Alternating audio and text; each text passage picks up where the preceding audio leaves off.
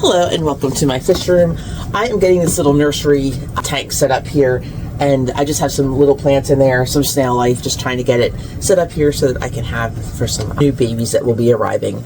So just check this out. We want to add an aerator. So here is the aerator, and this was shared with me so I can share it with you. This is what it looks like. So I'm going to get this set up here. It comes with some hose. We have some instructions. It has 2 air stones. And then, of course, the main unit here. And this is where we're going to get our air. So, I'm just going to open this. I do like this. It has like suction feet, so I can put it on my counter. Hopefully, it won't move around too much on there. It has 2 places for the air stones.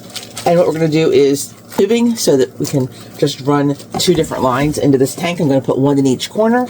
Give it some nice aeration there. I always like to soak the air stones when I first get them. This helps just for any kind of residue from the factory, but it also helps to get your air stone nice and wet, and then it actually carries the air through better and quicker. So let's get that started. So now we have these soaking in here, rinse them off, and now they're soaking. We're going to get the hose out. So this comes in 2 pieces already, so I don't even have to cut them. There they are. It's a very nice long size. I'm not going to need that much, but I'll just keep them this way so I don't have to cut them. So one thing you do want to do is you're going to use this little regulator here, and this will keep it from backflowing. So if you're not higher than your tank, you want to use this so that the water doesn't backflow into your filter. So what I'm going to do is I'm actually going to cut a hole in, actually I am going to cut these lines because I want to put this inside there to insert that so that it doesn't backflow into my aerator. Alright, so here is the line. I'm just going to cut it here in the middle somewhere. It doesn't really matter where.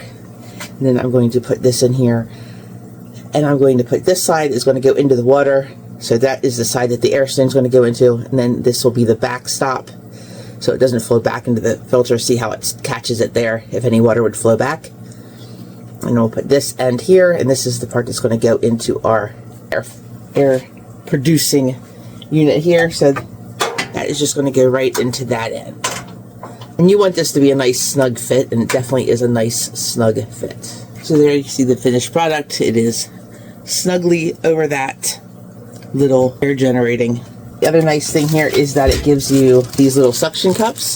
So what we can do with those is we're going to put them in the tank to hold the stone where we want it. So in this case here, we have this one that we just put together. We're going to get a stone out of here when we've been soaking. We're going to put that right there on the end, push that right onto the end of the stone, and then we're going to clip this, let's see, about like that. So that way, sometimes if you get rowdy fish or even plecos, things like they can push it around. So this will hold it in place a little bit. Just slides right into the suction cup like that. All right. And of course you can slide it up and down as you need to. So there's your cute little stone. We're just going to put that right into there.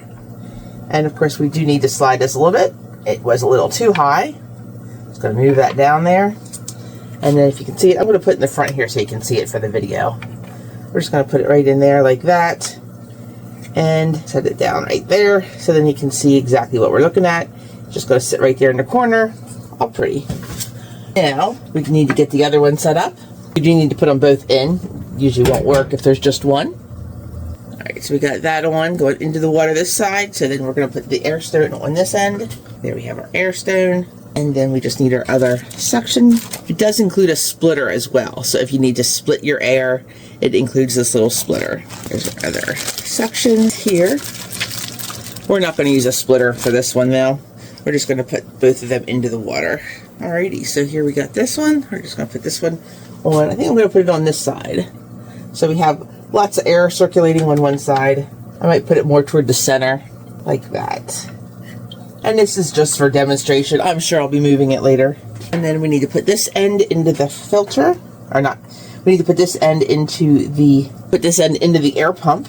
Again, they're very snug over these ends, but you want them to be, because you don't want them to slip out when the air starts to come through. So this is going to be tighter than your other parts. All right, so there we have them both on there. And it, like this actually, if you push down, it keeps it nice and snug right there on your counter. If you have any mischievous animals, cats, something like that, it's not going to knock them down. Alright, so then the next thing we're going to do is plug it in.